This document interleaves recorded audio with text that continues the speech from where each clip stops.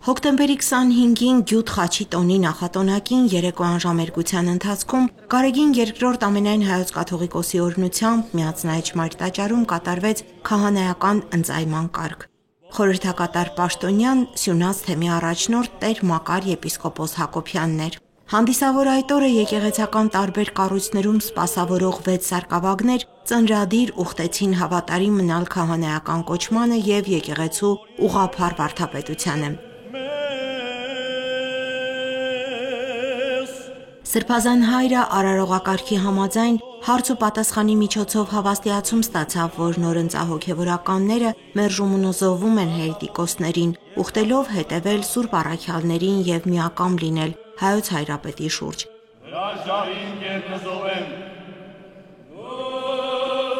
Նվիրապետական յուրաքանչյուր կարգ ունի իրեն հատուկ աղոթքը, որով հայցվում է Սուրբ Հոգու շնորհը, որպեսզի ձեռնադրվողը կարողանա իր պաշտոնը կատարել ավետարանական ուսուցման և մեր եկեղեցու սրբազան ավանդության համաձայն։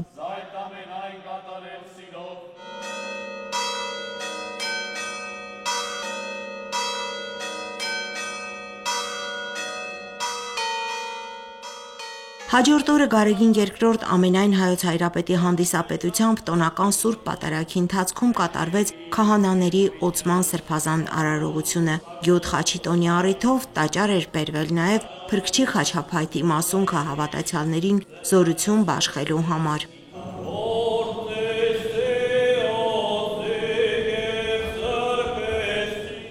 Սուրբ Պատարագի ընթացքում Մակար սրբազանը սրբալույս միրոնով օծեց նորընծաների ճակատներն ու ձեռքերը, քանի որ նրանք միայն Սուրբ օծումով կարող են հասու լինել աստվածային պատգամին և արժանանալ հոգևոր շնորհների։ Ի նշան նոր մարդ դառնալու խորհրդի, սրբազան հայրը նորաոծ եկեղեցականներին նոր հոգևոր անուններ շնորհեց։ Արարողության ընթացքում նորաոծ քահանաները Տեր Ավետիսը, Տեր Դավիթը, Տեր Գառնիկը, Տեր Մեսրոպը, Տեր Հովանը և Տեր Նշանը իրենց անդրանիկ օրհնությունը բաշխեցին հավատացյալներին։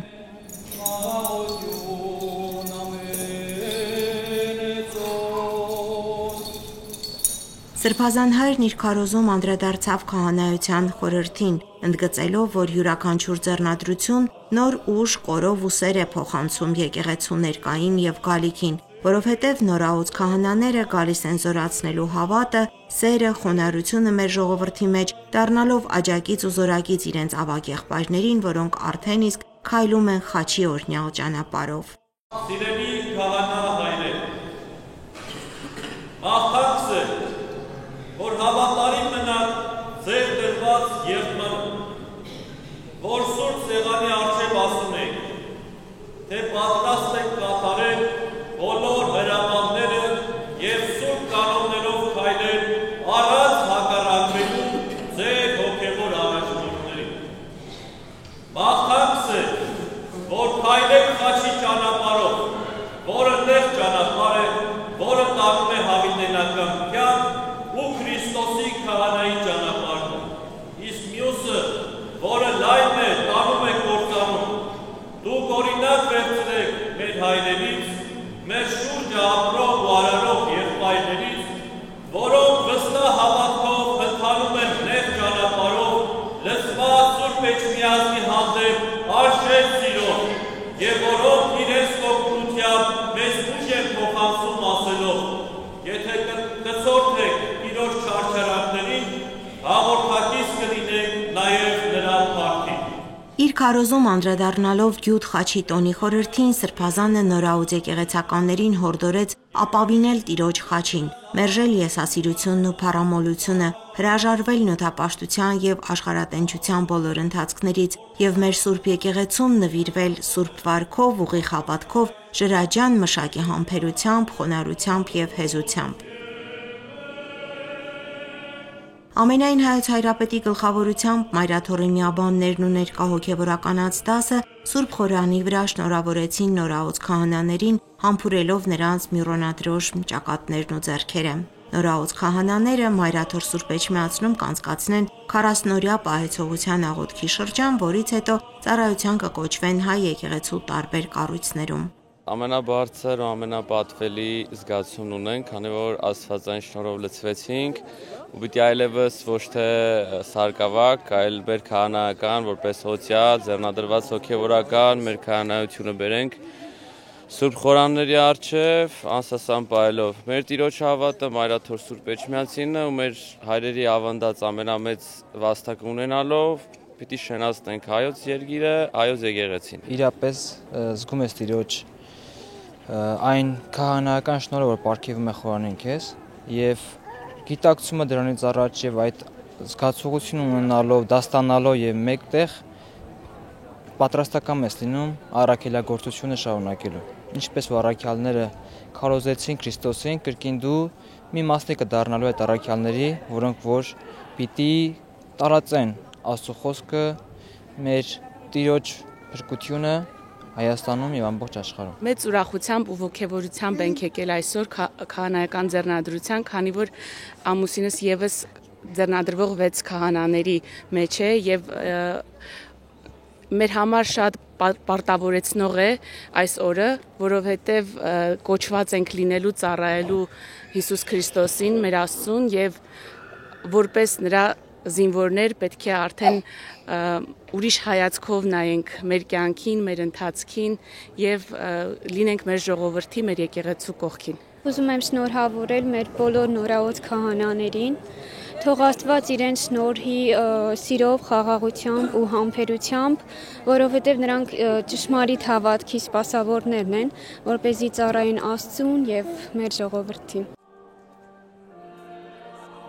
Տոնական պատարագի ավարտին վեհափառին դեպի վեհարան ուղեկցող միաբանների հանդիսավոր թափորը երկարատև կանգառներ էր անում, քանի որ Մայրտաճարի բակում հայրապետի օրհնությունը ստանալու համար հավատացյալների հոծ բազմություն էր հավաքվել։ Հատկապես այս օրերին մարդկանց դեպի Մայրաթոր է բերում հույսն ու հավատն առ այն, որ անսասան է համայն հայության հոգևոր կենտրոնն իր օծյալ քահանաներով եւ քահանայապետով։ Երևի թե ոչ մի հայ առաքելական չէր մտածի, որ մենք նորից պետք է վերադառնանք այն դաժան ժամանակները, երբ հայ եկեղեցին, հայ առաքելական Սուրբ եկեղեցին եւ Մայր Տաճարը, որը եզակի է, որտեղ իջել է Աստծո որդին ինքը անձամբ Հիսուսը, կարող է ենթարկվի այդպիսի անլուր հալածանքների Եվ ես կարծում եմ, որ այդ մարդիկ, ովքեր այսօր Հովհաննավանքում ըստ էության բռնազավթել էին մեր եկեղեցիներից մեկը, խորապես մոլորված են եւ Աստված նրանց դարձի է բերելու։ Այսօրվա պատարագը առավել եւս մարդկանց դեմքերը, մեր եկեղեցու ուժը ինձ համոզեց, որ հայ առաքելական եկեղեցին, ինչպես ասվում է, ամեն հայի սրտից բխած անսասան է եւ ոչ մի զուգահեռ իրականություն, ոչ մի երկրի հակառակ կողմից եկած սպառնալիք մեզ չեն շեղելու։ Սրտի կանչով առավոտյան եկա Մայրաթոր եւ տեղյակ չէի, որ քահանաների ձեռնադրության արարողություն է, սքանչացած մինչև հիմա տպավորության մեջ եմ։ Այդ հոգու սուրբ ամբողջ ներգործությունը, այդ աղոթարար մթնոլորտը շատ տպավորիչ արարողություն էր, երբևէ չէի տեսել։ Եվ շնորհակալ եմ մեր հոգևորականներին նման ծառայության անձնվերության համար եւ կարծում եմ, որ մենք էլ մեր անելիքը ունենք անսասանության մասում։ Ներկա գտնվեցինք հայ եկեղեցու շարունակականության, հարատևության մի այսպես դրվագի քահանաների ձեռնադրության եւ ուզում եմ նաեւ ցանկանալ, որ վեհապարը միշտ ամուր լինի եւ միշտ հավատացյալների աջակցությունը զգա իր թիկունքում։ Կարծես թե այդ տեսակ հավերժության հետ առնչվեիր այդ ծիսակարգը, բայց ամենահուզիչն այն էր, որ վեհապարը անցավ հավատացյալների միջով եւ ձեռքը դնում էր մարդկանց գլխներին։ Իմ գլխին է դրեց, Աստված թող պահապան լինի, ես էլ ասեցի ձեզել վեհապար ու աչքերս դասվեց մի տեսակ հուզվեց։ Հուզիչ էր շատ։ Ուզում եմ վերջում ասեմ, թող Աստված փրկե զմեզի չարը։ Լիաննա Չիչակյան, Սուրեն Տեր-Գրիգորյան, Հարություն Տոլանյան, Գևորգ Ավագյան, եկեղեցական կյանք։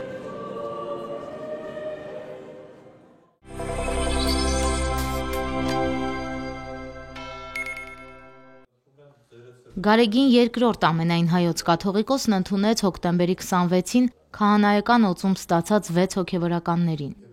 Նորին սրբությունը շնորհավորեց եւ բարի ծառայություն մաղթեց նորաուց քահանաներին։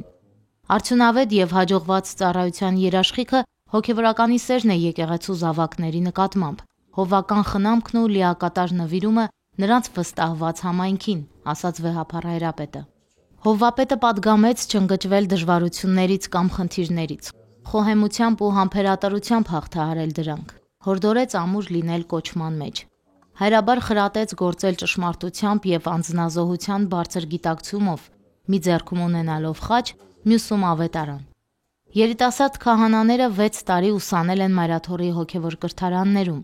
մինչև ձեռնադրվելը ծառայություն են իրականացրել տարբեր թեմերում, եկեղեցական կառույցներում։ Հեշտ չէ բաժանվել սովոր միջավայրից, ասում են քահանաները, բայց պատրաստ են խանդավառությամբ իրականացնել իրենց առաքելությունը։ Քահանայության մոտենալուց առաջ էլ դեռ մտածում եմ, որ շատ դժվար ճանապարհ է լինելու։ Այն ճանապարհը, որը նեղ է դեպի արքայություն է տանում, եւ այն ճանապարհը, որը լայն է, տանում է դեպի կորուստ։ Դա գիտենք արդեն Սուրբ գրքից, այդ դիրքորոշումով է մոտեցել քահանայական ձեռնադրությանը։ Տեր Դավիթ Քահանայգիցյանը միջև ձեռնադրվելը ծառայել է զինված ուժերի հոգևոր առաջնորդությունում։ Մասնակցել է քառորյա եւ 44-օրյա պատերազմներին։ Ավագ Գնդերեցն ասում է, ուրախ կլինի ծառայությունը շարունակել զինված ուժերում։ Ցանկացած երիտասարդ, երբ որ մտնում է եկեղեցի, սկսում է ծառայել խորանին, ինչ որ մի պահ հասունանում է իր մոտեն մտածելակերպը, որ մի օր էլ ինքը դառնա այդ խորանի սպասավոր։ Հիմա մենք անցնելով երկար ճանապարհ եկանք հասանք այդ օրվան, արժանացանք այդ շնորհին դառնալու քահանա եւ արդեն որպես քահանա մեր ծառայությունը բերելու մեր Սուրբ եկեղեցում։ Երեք կատարվեց իմ 7 տարեկան ժամանակվա մանկական բերանից ելած աղոթքը առ Աստված, որ մի օր ես էլ եմ ցանկանում այս Սուրբ խորանի սպասավորը դառնալ եւ այստեղ պատարակ մատուցել, որի համար փառք եւ գոհություն եմ տալիս Աստծուն եւ իմ որդիական խորին շնորհակալություն եմ հայտնում ազգընտիր շնորհազարդ վեհափառ հայրապետին, Գարեգին երկրորդ ամենայն հայոց կաթողիկոսին, ում օրհնությունը, հոգատարությունը, աջակցությունը այդ տարիքից զգացել եմ։ Եվ այսօր մուտք գործելով վեհարան ինձ համար պատկեր եղավ դեռևս 12 տարեկան ժամանակվա, երբ հանդիպեցինք վեհափառ հայրապետի հետ նույն վեհարանում, երբ մայր տաճարում առաջին անգամ խորան բարձացա, երբ վեհափառ հայրապետից օրհնություն ստացանք այդ օրը, որը ամենամեծն է իմ հիշողությունների մեջ տպավորված։ Եվ այսօր վեհափառ հայրապետի օրհնություն ստանալը մեզ համար շատ կարևոր էր։ Եվ այստեղ գալով մենք նաև մեր խոնարհում ենք բերում, մեր ուխտն ենք նորոգում հանդեպ Մայրաթոր Սուրբ Էջմիածինը, հանդեպ վեհափառ հայրապետը,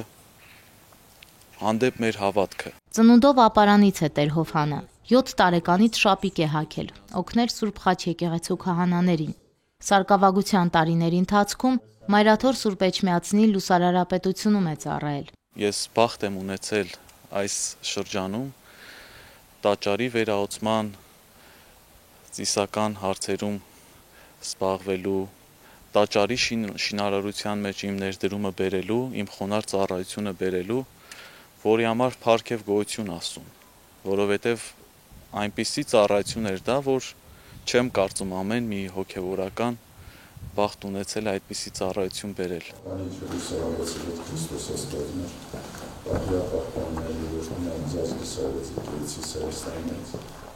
Ես նորաոց քահանայքս Նորաոց քահանաները Մայրաթորում 40-օրյա պահեցողության, աղոթքի եւ խոկումի շրջանից դուրս գալուց հետո կմատուցեն իրենց անդրանիկ պատարակը, ապա ծառայության կնշանակվեն հայ առաքելական եկեղեցու տարբեր թեմերում։ Անուշ Առաքելյան, Վռամ Խանամիրյան, եկեղեցական կյանք։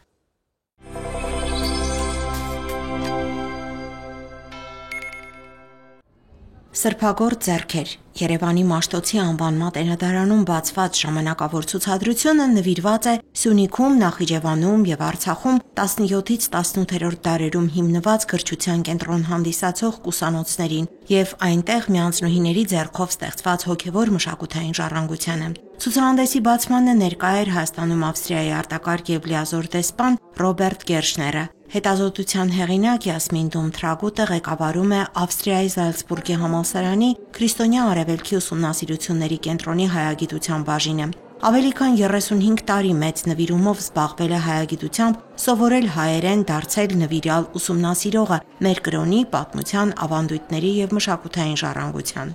Ես ինքս բնիկ ավստրիացի եմ, այսինքն ծնվել եմ Ավստրիում, բայց իմ ընտանիքը տարբեր ազգերից է։ Ես հայ չեմ։ Հայ չեմ, ասում է Յասմին Դում-Թրագուտը եւ սրտացավորեն խոսում դարերի ընթացքում ստեղծված հայկական հոգեվոր ժառանգության, դրա անգնահատելի դերի եւ պահպանության կարեւորության մասին։ Գործը էլ պետք է շարունակվի, որովհետև ես էլ պետք է գիրք գրեմ, հոդվածներ գրեմ, հետո այս ցուցահանդեսի կատալոգ էլ կլինի, ինչը շատ կարևոր է, չէ՞ որ մի բան մնա, բայց ընդհանրապես ինչ ասեմ, իմ գործերը երբեք չեն ավարտում։ Հիմա ցերեկրերի գործը ավարտել է, բայց ես շարունակում եմ այս քուսանոցների, այսինքն վանքերի մասին մտածել, որ նաև պատմեցի, որ տխուր վիճակում եմ, չէ, որ նույնիսկ սիրտս ցավում է, որ տեսնում եմ ինչ վատ վիճակում եմ։ Հիմա արդեն սկսում եմ մտածել, թե ում հետ խոսեմ, ինչ գրանտներ դիմեմ, Եվրոմիության հետ, ում հետ խոսեմ, դեսպանի հետ նոր խոսեցի, թե ինչ կարող ենք անել, որ վերականգնեցնենք այն գոնե Շինոհայի եւ Հալիցորի քուսանոցները, որովհետեւ իրոք մարդ կա այնտեղ, ոչ մեկը չի գնում։ Ժամանակ առ ժամանակ մենք այսպես հերվից հերու խոսել եւ խորհրդակցել ենք մեր գիտնականի հետ, Սիրելի Յասմինի հետ։ Կարծես թե մեզ հաջողվել է։ Իհարկե շատ մեծ աշխատանք է տարվել այն վանական համալիրներում, որոնք ստեղծվել են այս ձեռագրերը, դրանցից մի մասը հասանելի չեն այսօր, բայց ունենք շատ բարձր որակի, այսպես ասած, նկարներ եւ տեսանյութեր, որոնք ցուցադրության ընթացքում, 2 ամիսների ընթացքում այստեղ մեր հանրությանը կփորձեն ներկայացնել 17-ից 18-րդ դարերի Սյունիքի, Նախիջևանի եւ Արցախի միանձնուհիների գործն ու ավանդը գրեթե մոռացված են, մինչդեռ ուսանոցներում ստեղծված տասնյակ մատյանները մշակութային հսկայական շերտ են ամփոփում իրենց մեջ։ Ձեռագրերը կույսերի սրբագործ ձեռքերով ստեղծված բացառիկ վկայություններն են, որոնք ներկայացնում են նրանց կյանքը, գործը, ինչպես նաև տարածաշրջանի պատմությունն ու միջավայրը։ Ցուցադրված 8 ձեռագիր մատյանները գրվել եւ ծաղկվել են միանձնուհիներ Մարգարիտի, Հեղինեի, Կատարինեի եւ Գայանեի ձեռքով։ Միայն Շինոհայրի ուսանած անապատում ապրել եւ ստեղծագործել է 70 միանձնուհի։ Մատենադարանում ցուցադրվում է նաեւ 3 լիտոգրաֆիական նկար Յասմինի հավաքածուից եւ ուսումնասիրողի կողմից արված արժեքավոր տեսանյութեր։ Լիանա Չիչակյան, Մեսրոպ Ավետիսյան, Եկեղեցական կյանք։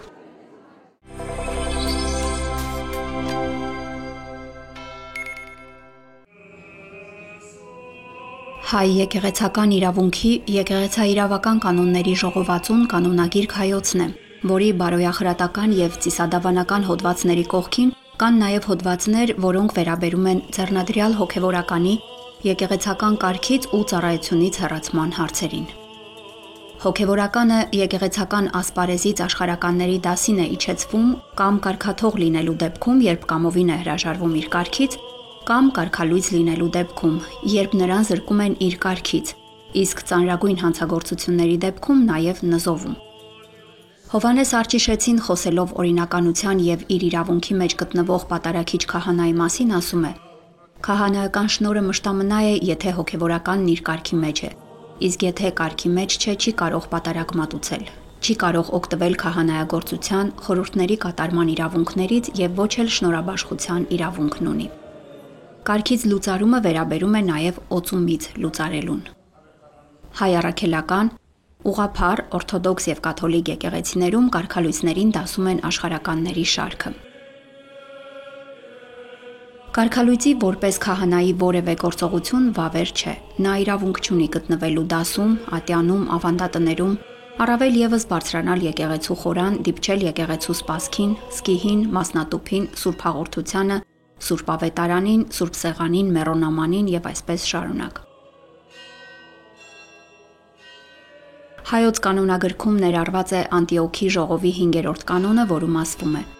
Եթե որևէ քահանա կամ սարկավակ արհամարեց իր եպիսկոպոսի հրամանը, երբ եպիսկոպոսը նրան մերժեց եւ հեռացրեց եկեղեցուց, եւ այդ երեցն ու սարկավագը առանձին ժողովվեցին ու Սուրբ Սեղան հաստատեցին, չլսեցին եպիսկոպոսի կոչը, անարգեցին նրան ու չկամեցան նրա երկիցս եւ ավելի անգամ արտասանած բարի խոսքերին ականջալուր լինել, այդպիսիներին պետք է ամբողջությամբ մերժել եւ այլևս մխիթարության խոսք չասել, քանզի այլևս չեն կարող կրկին նույն պատիվն ընդունել։ Իսկ եթե համառեն ու խռովություններ հարուցեն, եկեղեցու վրա արտաքին իշխանությամբ կամ այլ ուժի օգնությամբ ամբողջ բերեն, այդպիսիներին իբրև խռովարարների պետք է հնազանդեցնել եւ սանձերը քաշել։ Շնորհներից, այդ թվում եւ քահանայական շնորհից զրկվելու իրողությունը պարզաբանվում է շնորհի մասին եկեղեցիների վարդապետություններով։ Սուրբ Գրիգոր Տաթևացին լույսի առջև աչքերը փակած մարդու պարզ օրինակով բացատրում է շնորհներից զրկվելու փաստը, ուսուցանելով, որ ոչ թե Աստված է զրկում իր խնամքից, այլ մարդն է մեղսագործությամբ ընկնում շնորհից,